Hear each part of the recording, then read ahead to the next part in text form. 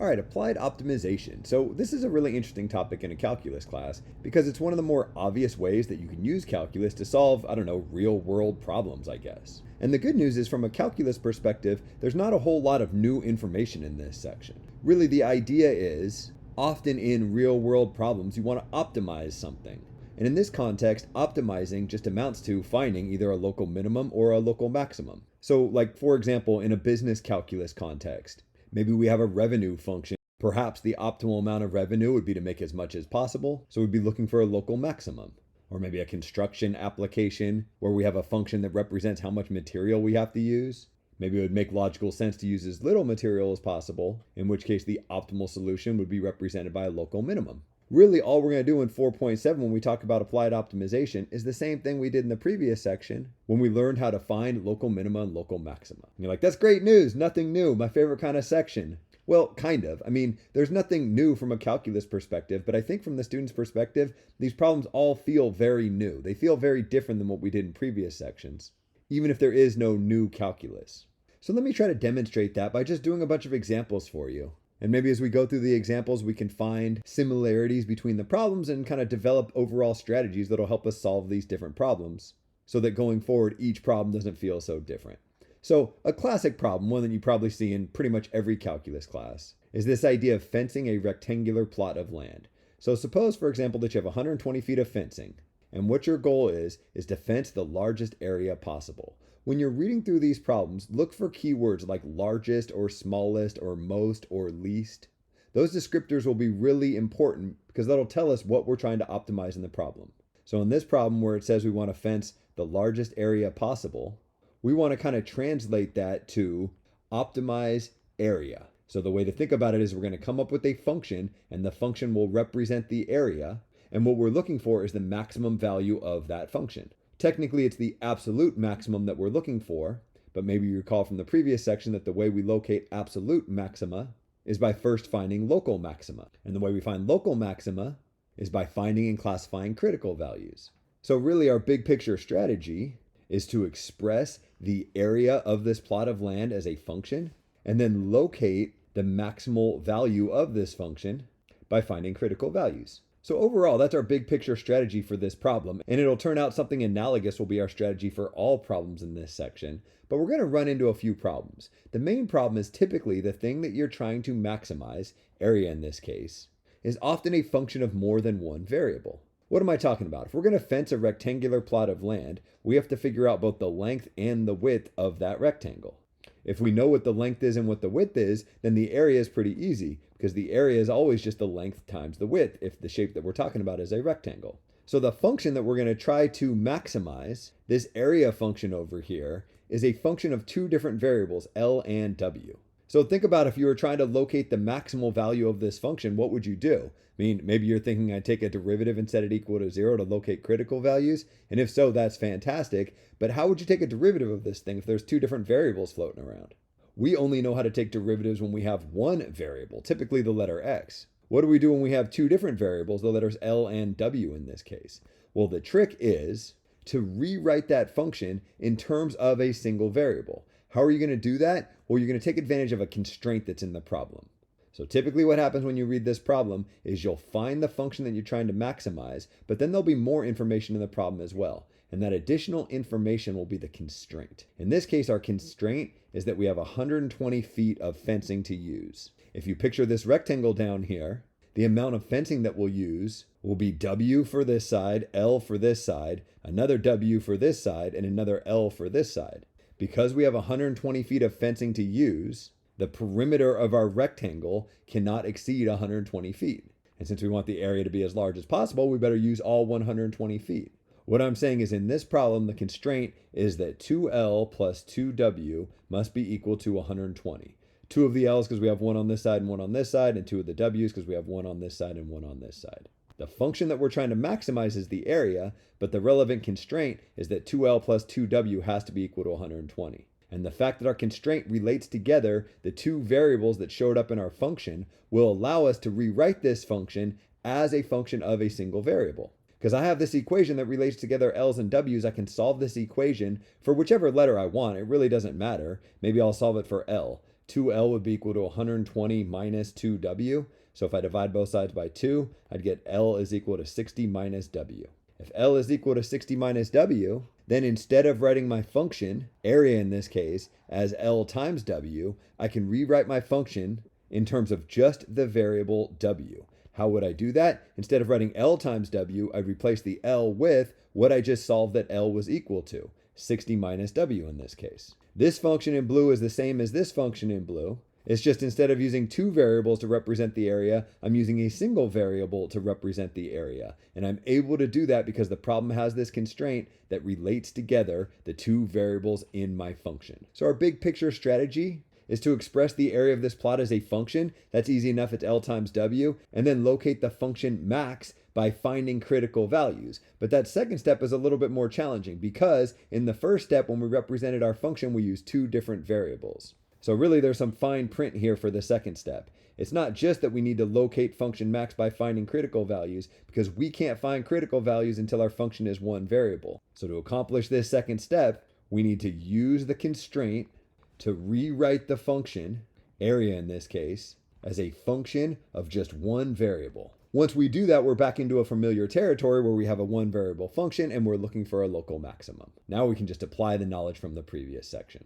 Really, the way to think about this is we're looking for the absolute maximum value of this function because we want to find the largest area possible. And the way we're going to find an absolute maximum is we're going to compare all the different local maximums and the end behavior and choose the largest of those different values.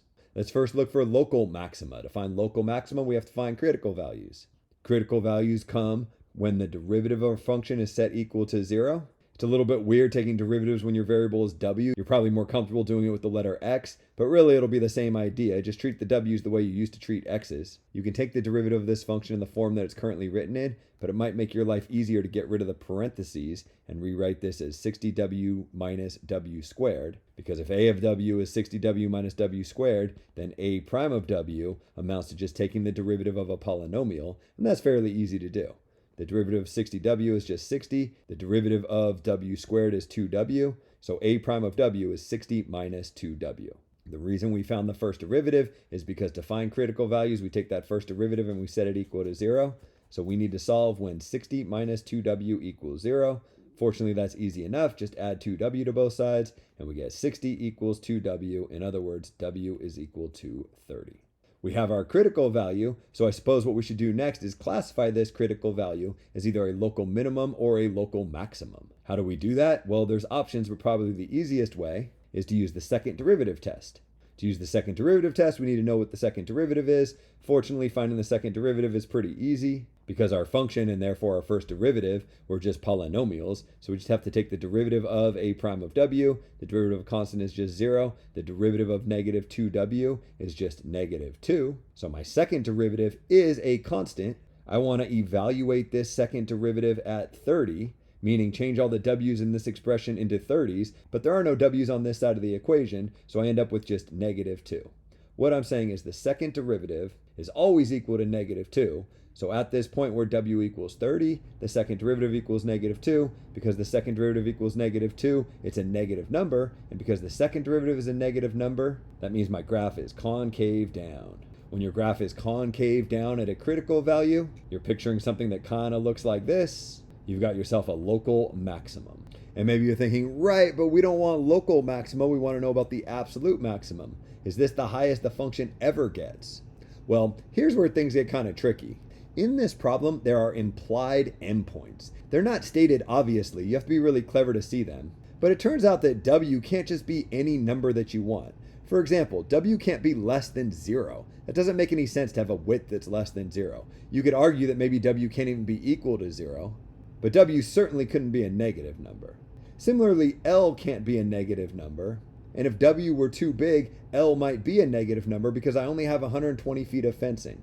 How big would W have to be in order to make L a negative number? Well, think about what happens if W is 60. If I use up 60 feet of fencing on this side, another 60 feet of fencing on this side, I've used up all 120 feet of fencing. I don't have anything left over for L. So W certainly can't be more than 60 feet. You could argue that W can't even be equal to 60 feet itself because then we wouldn't really even have a rectangle. The point that I'm trying to make is really this function has endpoints. W has to be between 0 and 60. So when I'm trying to figure out my absolute max, not only do I have to look at my local max, but I have to compare that to the different endpoints. What is the height of my function? How much area would my rectangle have if W were equal to 0? Well, if W were equal to 0, this whole thing would be equal to 0. A of 0 is equal to 0. What if W were equal to 60? Well, I can evaluate A of 60. How much area do I get if my width is equal to 60? Got a couple options for how you figure that out. If you just do it purely algebraically, change all your W's into 60s, this will be equal to 0 right here, and 0 times anything is 0, so I'll get 0 out in that case also. Oh yeah, that makes sense. If my width is either 0 feet or 60 feet, and I only have 120 feet of fencing to use, then my rectangle isn't going to have any area at all. If W equals 0, I have no area. If W equals 60, then L equals 0, in which case I have no area. When we're trying to figure out the absolute max, we have to compare the value of the function at the local maximum with the endpoints. But what you see in this example is that the endpoints both produce rectangles with no area at all, so they're certainly not going to produce the rectangle with the most area possible, which is the goal of this problem. I'm trying to find my absolute max. To do that, technically I should compare my endpoints with my local max. But what you see in this problem, and it'll turn out really in all of these problems, is the endpoints don't really end up even being relevant. So you can kind of just ignore them. Our local max happens when the width is equal to 30. And when the width is equal to 30, I'm going to get a rectangle that has positive area. So the local max produces a value much higher than the endpoints do. So the absolute max is just at the local max. If I'm trying to fence the largest area possible, I should choose the width of this fence to be 30 feet. So that's my answer. My answer is just 30. Well, kind of. You have to be a little bit careful in these questions. If you read through it really carefully, what it asks is what should the dimensions of this fence be in order to maximize the area? We figured out that W should be equal to 30, but if we want to know the dimensions, we need to know both W and L. But good news, the way we got rid of the L's is by using our constraint and solving for L. So we're already going to have written an equation that tells us what L is equal to once we know what W is equal to. So we know that W is equal to 30, and we know that L is always equal to 60 minus W. So since W is 30, L is 60 minus 30. L is just equal to 30. If we want the most area possible in our rectangular fence, we should make both the width and the length equal to 30. A square will end up maximizing the area of this rectangular plot of land. Okay, a lot of comments here. The first one is that maybe this work I did to figure out what L is equal to would have fit better under this note. The second one is, as I talked about, we have to be really careful to make sure that we answer the question that was asked. Because in this specific question, it asks what should the dimensions of the fence be, but it easily could have asked the exact same question. We're trying to fence a rectangular plot of land. We only have 120 feet to fence. We want to fence the largest area possible. How much area can we fence? It's entirely possible that the question asks for area instead of the dimensions of the fencing. So be really careful. Make sure you're answering the questions that's asked. If the question asked how much area can we fence, well, the minute we figure out what W is equal to, we're good because we have the area of the fence written in terms of W. We know that A of W is equal to 60W minus W squared. So if we're asked how much area can we fence, we just have to evaluate A of 30. We get 60 times 30 minus 30 squared. We get 1800 minus 900. We get 900 square feet.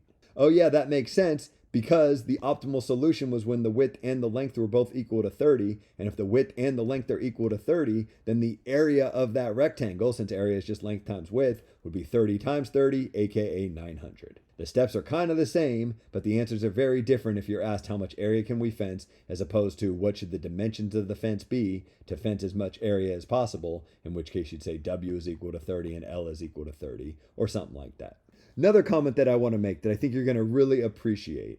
Technically, when we're going through these optimization problems, we're looking for absolute extrema. In this case, we're looking for an absolute maximum. Technically, what we should do is find our critical values, classify those critical values as local minimums or local maximums, and then compare any local maximums with the values at the endpoints to make sure that our local maximum is in fact an absolute maximum. That's really what you should do. But guess what? The way these problems are written, the absolute maximum is never going to occur at one of the endpoints. Because if it does, the question's kind of uninteresting to begin with. So if you trust me that the absolute extrema, maximum in this case, will never occur at one of the endpoints, then your local extrema, local maximum in this case, will always be the answer to the question. So really this work that we did over here in pink where we looked at the endpoints was completely irrelevant. We didn't really even have to do that. The minute we figured out that our critical value was a local maximum, we were kind of done. And that's not specific to this problem. That's always going to be the case. I'd like you to know that really what you're looking for is the absolute maximum and understand the difference between an absolute or a relative maximum. But trust me, in this section, the relative maxima will always be the answer. You'll never have to look at the endpoints. I've got more good news.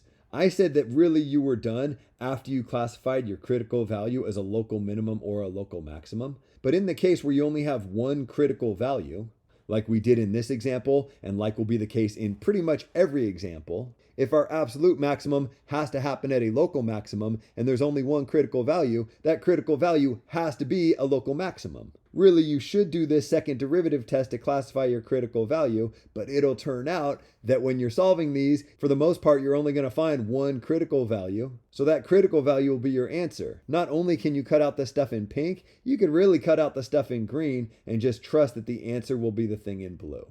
It's the kind of thing where I don't want you to skip it if you don't understand why you're skipping it. But as long as you kind of understand why you're skipping those steps, it's totally fine to just locate the critical values and call that your answer in this applied optimization section.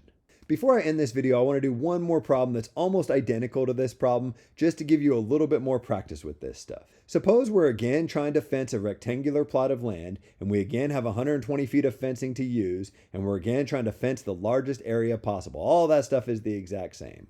What's different this time is one side of this plot of land is, I don't know, a river or something. So here's my river, which we'll assume flows in a straight line. Now the area that I want to fence only has 3 sides because the 4th side of the rectangle is taken care of by the river. So maybe I call this L and I call this W. My area as a function of L and W is still equal to L times W, but now my constraint is different. So remember, big picture when you're going through these problems, the first step is you want to figure out the function that you're trying to optimize. In this case, the function that we're trying to optimize is the area of the rectangle. Area as a function of length and width equals length times width is the function we're going to try to optimize. Eventually, we're going to take the derivative of this function to find critical values, and then maybe optionally we'll classify those critical values to see that they really do produce maxima. The problem with taking the derivative of this function is it has 2 different variables. The way we're going to change this into a 1 variable function is we're going to consider the constraint. The constraint here is that we only have 120 feet of fencing to use. Last time, we stated our constraint by saying that 2L plus 2W equaled 120, but now we're not fencing this side of our rectangular plot. So it's not 2L plus 2W that equals the 120, it's 1L plus 2W. Our fence is going to go here, here, and here, and that's it. What we want to do is solve our constraint for one of the 2 variables. It doesn't matter which one. I'll solve for L by subtracting 2W from both sides, and then plug that into the function that we're trying to optimize so that we can write that function as a 1 variable function. A as a function of just W in this case would be 120 minus 2W times W. I replace this L with what L is equal to according to my constraint. Now that I have a 1 variable function, I can apply the methods of the previous section. I take the first derivative of this thing, which I can do the way it's written right now if I wanted to use the product rule, but maybe it's easier to get rid of the parentheses and write this as 120W minus 2W squared. Then take the derivative of both sides to get A prime of W is equal to 120 minus 4W. The reason we took the first derivative is because we're trying to find critical values. Critical values happen when A prime of W equals 0. So we take this expression, 120 minus 4W, we set it equal to 0, and we solve. And we get that W is equal to 30. Kind of interesting that we get the same solution for W down here that we got up here.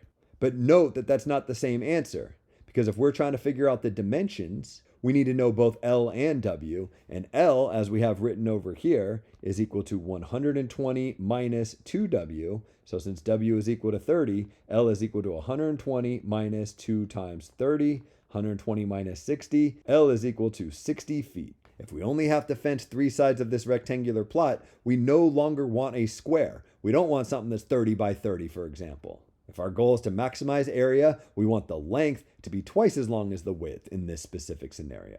If the problem just asks for the dimensions, we're done once we figure out that W is 30 and L is equal to 60. If the problem instead asks for the maximal amount of area, then we have to solve for area, which we can either do with this original function that says area is just length times width, because now we know both length and width, or we could have done way back here when we figured out that W is equal to 30 using this version of the function here. A of 30 would be equal to 120 times 30 minus 2 times 30 squared. 3,600 minus 1,800, the amount of area that we would fence if we were using up 30 feet for the width would be 1,800 square feet. Oh yeah, that makes perfect sense. The area is just L times W, and 30 times 60 is 1,800. You may have noticed that down here, I'm assuming that this critical value is a local maximum and not, say, a local minimum. And I'm also assuming that that local maximum is an absolute maximum, that this function doesn't get bigger when I look at its different endpoints. That's all entirely true. And you can verify that by calculating the second derivative, evaluating the second derivative at 30, realizing that it's negative, therefore the function is concave down, in which case this critical value represents a local maximum, and then comparing the value of the function at that local maximum to the value of the function at the implied endpoints when W is equal to 0 or when W is equal to 60. So I use up all 120 feet of fencing on the width and I have 0 left over for the length. But as I mentioned in the previous example, that's always going to be the case. When it's just a single critical value that you find, that critical value is going to end up being the optimal solution to your question. So I'm totally fine with you cutting out the step where you classify that critical value as a local minimum, a local maximum, or neither, and then compare a local maximum or local minimum to the value of the function at the endpoints. The other thing I want to talk about before I end this video, and it might seem like overkill, but really the goal of this video is not to teach you how to solve this problem about fencing area, even though that's really all we did in this video. The goal of this video is to kind of get you to understand the overall strategy that we'll be using on these problems. Because what you'll see is every single one of these applied optimization problems feels totally different. And if your goal with each example is just to learn how to solve that single problem, it's not going to help you when you see an example that looks different. So I want to hammer on some commonalities of this problem that we'll see in all future videos. And those are that when you read the problem, there'll be keywords like largest or smallest or greatest or least or most or something like that. And that will be your big red flag that tells you that's the thing that you want to optimize. You're going to have to write a function that represents that thing. Typically, when you write a function that represents that thing, you'll be involving more than one variable, L and W in this case. But that's okay. Don't worry about the fact that we're involving more than one variable, even though we haven't done that at all in this class, because there'll be more information in the problem. That extra information in the problem that you haven't used yet will be your constraint. And what you'll do is you'll use that constraint, which should relate together the variables that you're using in your function, to rewrite that function so that it's only a function of a single variable. In this case, my constraint related together L's and W's, so I solved my constraint for either of those two letters, it doesn't matter which one, and plugged those into this 2-variable function to produce a 1-variable function. Once you get to this stage, take a deep breath and realize that what you've done is you've changed an applied optimization problem into just an optimization problem. This is just a function, a 1-variable function, and what you're looking for are critical values. That's all stuff you learned in previous sections. Take the first derivative, set it equal to 0, and you're good. Technically, you should classify the critical values and compare those with endpoints, but I, as your teacher, am telling you that I'm totally fine if you skip all those steps, you find your critical value, and you just assume that must be the optimal value to this question. The only thing to be careful of is make sure that whatever you solve for here is really what the question is asking for. If it asks, what should the width be to maximize the amount of area that you can fence, you just be like, my answer is 30. But if it asks what the area is or what the dimensions are, then you have to do a little bit more work with the equations you already have written down to answer that question. I know that might not seem like it applies to different situations other than this fencing one, but I think what you'll see in future videos is really it does. We're going to do those same steps several more times, and hopefully that'll give you enough knowledge to do those same steps on every homework problem and every quiz problem that you see.